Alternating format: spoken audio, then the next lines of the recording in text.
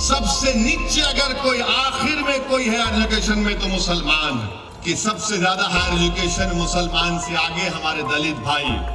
मुस्लिम देशों की गरीबी का क्या है कारण? धर्म या कुछ और? आखिर ज्यादातर मुस्लिम देशों में महंगाई चरम पर है। क्या इस सब की वजह इस्लाम और इस्लामिक नियम है? क्यों ज्यादातर मुस्लिम देश जंग की आग में जल रहे हैं? कैसे लोकतंत्र आने के बाद भी मुस्लिम देशों ने तरक्की नहीं की? ये सिया, सुन्नी और सऊदी अरब का क्या खेल है, ये समझने के लिए वीडियो के आखिर तक बने रहे हैं।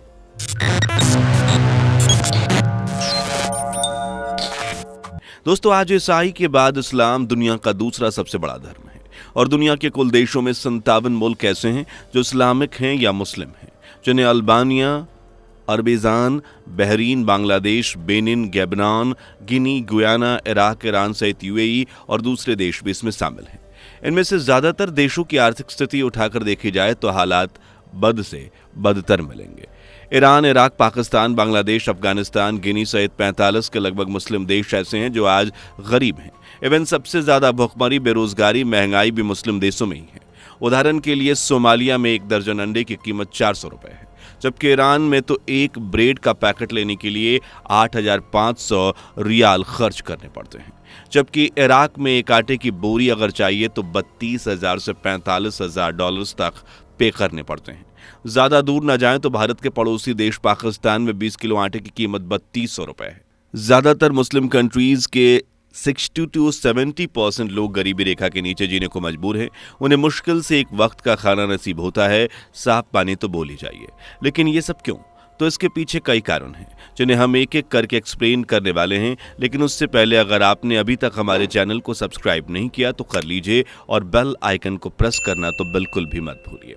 दोस्तों, कहने को तो इस्लाम धर्म से ही यहूदी और क्रिश्चियन धर्म निकला है, लेकिन बावजूद इसके आज यहूदी और ईसाई मुस्लिम से कई गुना आगे हैं। फिर चाहे वो टेक्नोलॉजीज की बात हो या इकोनॉमी की, क्रिश्चियन मेजॉरिटी वाला अमेरिका, रूस, Vatican City, Denmark, England, Greece जैसे तमाम देश आज पावरफुल हैं और यहूदियों का मुकाबला तो कोई कर ही नहीं सकता। मुस्लिम्स के मुकाबले 24 गुना ज़्यादा यहूदियों ने नोबेल प्राइज़ अपने नाम किए हैं। आज यहूदी हर मामले में आगे हैं, टेक्नोलॉजी में तो इनका कोई जवाब ही नहीं है। कहने को सिर्फ यहूदी 0.2% हैं, लेकिन इनकी तरक्की ये बहुत ज़्यादा है। लेकिन मुस्लिम कंट्रीज़ नहीं, तो इसकी पहली और सबसे बड़ी वजह है मुस्लिम आइडियोलॉजी और साइंस से दूरी। आज दुनिया के 57 मुस्लिम कंट्रीज में से लगभग सभी साइंस और टेक्नोलॉजी के खिलाफ हैं। इवन अगर कोई टीचर मुस्लिम बच्चों को साइंस पढ़ाने की कोशिश करता भी है तो बच्चे उसे काटने मारने को दौड़ते हैं और ज्यादातर मुस्लिम कंट्रीज में एंटी साइंस स्टूडेंट्स ग्रुप्स भी बने हुए हैं जो पूरी तरह से साइंस विरोधी हैं। और यही कारण है कि यहूदी मेजॉरिटी वाला इजराइल जैसा छोटा सा देश 22,743 साइंटिफिक पब्लिकेशंस शेयर करता है, जबकि 57 मुस्लिम कंट्रीज मिलाकर भी 10,000 साइंटिफिक पब्लिकेशंस नहीं कर पाते। लेकिन साइंस से इतनी दूरी क्यों? तो इसके भी 3 मेन रीजन है। पहला है मॉडर्न साइंस को अथिस्ट प्रैक्टिस और वेस्टर्न कंट्रीज को प्रोपागेंडा मानना। दूसरा कारण है मदरसा एजुकेशन सिस्टम, जिसे ज्यादातर मुस्लिम कंट्रीज में primary source of education system माना जाता है और मदरसा एजुकेशन सिस्टम में बच्चों को सिर्फ इस्लाम, मुस्लिम्स के नियम, क्या हराम है और क्या नहीं, यही सब पढ़ाया जाता है। इसके अलावा तीसरा सबसे जरूरी कारण है इस्लामिक धर्म के ठेकेदारों का स्वार्थ। मौलवी, मौलाना, इस्लामिक धर्म गुरु जो बिल्कुल नहीं चाहते कि मुस्लिम बच्चे साइंस को समझें, दुनिया को समझें और फिर अपने लीडर्स से सही और गलत के बारे में सवाल जवाब करें और आवाज उठाएं। इतना ही नहीं, साइंस के बारे में ये इस्लामिक कट्टरपंथी मुस्लिम्स को उल्टी सीधी बातें भी पढ़ाते रहते हैं। जैसे यहाँ डॉक्टर जाकिर नायक मुस्लिम बच्चों को शिक्षा दे रहे हैं कि डार्विन की थ्योरी ऑफ एवोल्यूशन को ही इन्होंने गलत साबित कर दिया। इतना ही नहीं, इनके हिसाब तो होमोसेपियंस आज से 5,000 साल पहले ही मर चुके हैं। अब जाहिर है कि जिन बच्चों ने कभी साइंस का एस नहीं पढ़ा वो इतने पढ़े लिखे होनहारों की बात में आएंगे ही, और यही इस्लामिक धर्म के ठेकेदार चाहते हैं। मुस्लिम कंट्रीज की गरीबी और दूसरा मेन कारण है शिया और सुन्नी ग्रुप। दरअसल दुनिया की 57 मुस्लिम कंट्रीज में आधे शिया हैं और आधे सुन्नी। इन दोनों ग्रुप के लीडर हैं सऊदी और ईरान। ईरान चाहता है कि सभी मुस्लिम कंट्रीज शिया मुस्लिम को फॉलो करें, जबकि सऊदी चाहता है कि सभी मुस्लिम कंट्रीज सुन्नी ग्रुप को माने। ऐसे में दोनों ही देश अपने स्वार्थ के लिए कई देशों को युद्ध की आग में झोंक देते हैं। असल में होता यूं है कि जब सऊदी किसी सुन्नी देश को सपोर्ट करता है तो ईरान वहां के शिया ग्रुप को फंडिंग करता है, उस देश में जंग शुरू हो जाती है। इस तरह जब ईरान किसी शिया देश को सपोर्ट करता है तो सऊदी वहां के सुन्नी टेरर ग्रुप को सपोर्ट करता है और फिर वही जंग।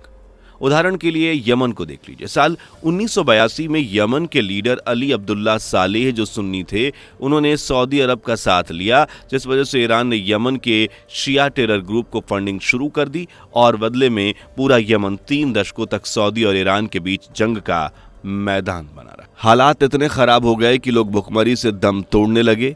85,000 से ज्यादा बच्चों ने भूख से अपनी जान गंवा दी, जबकि 20,000 से ज्यादा लोगों ने अपना आशियाना ही खो दिया। कुछ ऐसा ही सीरिया में हुआ और आज भी हो रहा है। आए दिन सीरिया का कोई ना कोई शहर बम धमाकों की गूंज से सहम उठता है। सीरिया की 95% के करीब आबादी ऐसी है जो गरीबी रेखा के नीचे जीवन यापन कर रही है। लेबनान ने भी सुन्नी और शिया की आइडियोलॉजी के बीच फंसकर पूरा देश तबाह करवा लिया और ऐसा ही ज्यादातर मुस्लिम कंट्रीज के साथ सऊदी और ईरान कर रहे हैं। तीसरा कारण है लोकतंत्र की मांग। जैसा कि हम वर्तमान में ईरान को देख रहे हैं और ये कोई नई बात नहीं है। इस्लामिक कंट्रीज में जब जब मुस्लिम तानाशाही से परेशानी हुई है, इस्लाम के नियमों से लोग परेशान होते हैं, तब तब वहां लोकतंत्र की मांग होती है। लेकिन हालात बनने की जगह और बिगड़ जाते हैं और ऐसा हम नहीं बल्कि इतिहास कहता है। उदाहरण के लिए यमन के मुस्लिम्स के विरोध और लोकतंत्र की मांग के बाद सरकार बदल गई और सालेह देश के कर्ता धर्ता बने, लेकिन ये ज्यादा दिनों तक कुर्सी पर नहीं रहे क्योंकि हूती विद्रोहियों ने सालेह को मारकर सत्ता अपने हाथ में ले ली और यमन के हालात बद से बदतर हो गए। ऐसी ही मांग सीरिया में भी हुई, लेकिन वहां ना तो सरकार बनी ना हालात सुधरे, बल्कि एक के बाद एक सिविल वॉर ही शुरू हो गए। आज भी सीरिया बिना गवर्नमेंट के जंग के मैदान के रूप में तब्दील हो गया है। हालांकि कुछ देश में लोकतंत्र आया, वह भी सिर्फ नाम के लिए ही था। जैसे लीबिया में 2011 में मोहम्मद गद्दाफी की सरकार बनी, पर इस सरकार को चलाने वाले मुस्लिम कट्टरपंथी और उनके रूलर्स ही थे। इन सब के अलावा इस्लामिक नियम हैं जो मुस्लिम कंट्रीज को तरक्की करने से रोकते हैं। आज आप देखिए वेस्टर्न कल्चर में महिलाएं कितनी तरक्की कर रही हैं, चांद पे जा रही हैं। हिंदू धर्म में तो महिलाओं को पूरी छूट दी जाती है। यहूदी, बौद्ध, जैन किसी भी धर्म में महिलाओं पर इतनी पाबंदियां नहीं हैं जितने इस्लाम में है। बुर्खा, हिजाब, बाहर ना निकलना, ज़्यादा ना पढ़ना और कहीं बिना पूछे ना जाना, इन नियमों जो मुस्लिम महिलाओं पर थोपे जाते हैं और इन नियमों के नाम पर जो उनके साथ अत्याचार होता है, जैसा कि ईरान में महसा अमीनी के साथ हुआ, सिर्फ बुर्खा सही से ना पहनने पर उन्हें पीट पीट कर मार डाला गया। इसके अलावा इस्लाम में बैंक्स को हराम माना जाता है जो किसी भी देश की इकोनॉमिक पावर के लिए मेन जरिया है। आज आप स्विट्जरलैंड को ही देख लीजिए। सबसे मजबूत बैंकिंग सिस्टम के साथ स्विट्जरलैंड दुनिया के सबसे कामयाब देशों में शुमार होता है, लेकिन इस्लाम कहता है कि ब्याज पर पैसे लेना और पैसे देना दोनों ही हराम और गुनाह है। अब बैंक तो ब्याज सिस्टम पर ही टिके हैं, इसलिए ज़्यादातर मुस्लिम कंट्रीज़ में बैंक्स या तो हैं नहीं, और अगर हैं तो 1 से 2 बेहतरीन। बहरीन में 10 बैंक के अलावा मिस्र में, सूडान में, ओमान में 2, अल्जीरिया में 2, ट्यूनीशिया में सिर्फ 1 ही बैंक है। और यहाँ के बैंक भी ब्याज पर नहीं बल्कि इक्विटी यानी शेयर्स पर काम करते हैं। यानी कंपनी लोन के बदले कुछ शेयर्स अपने बैंक के नाम करती है। मतलब अगर कंपनी को फ़ायदा हुआ तो बैंक को फ़ायदा होगा, वरना नुकसान ही नुकसान। यही रीजन है कि मुस्लिम कंट्रीज़ के ज़्यादातर बैंक्स आज बैंकरप्ट हो चुके हैं, कंगाल हो चुके हैं, जिनका डेटा कभी रिवील नहीं किया जाता। इनके अलावा मुस्लिम्स का एक एजुकेशन से ज़्यादा धार्मिक नियमों को याद करना है। धार्मिक नियम जो कभी बनाए थे उन्हीं के पीछे भागना है। उन्हें फॉलो करना भी मुस्लिम देशों की गरीबी, पिछड़ेपन का कारण है। और सबसे बड़ा कारण है आतंकवाद। किसी को तबाह करने की मानसिकता भी है। आज जितने भी देश आतंकवाद को सपोर्ट कर रहे हैं, आप उनकी हालत देख सकते हैं। पाकिस्तान, बांग्लादेश, अफगानिस्तान, तालिबान, सबके हालात बस खाने कमाने लायक हैं। इससे ज़्यादा इनकी कोई वैल्यू ही नहीं है। और खाना कमाना भी ज़्यादातर मुस्लिम देशों में उधार कर्ज के बल पर चल रहा है।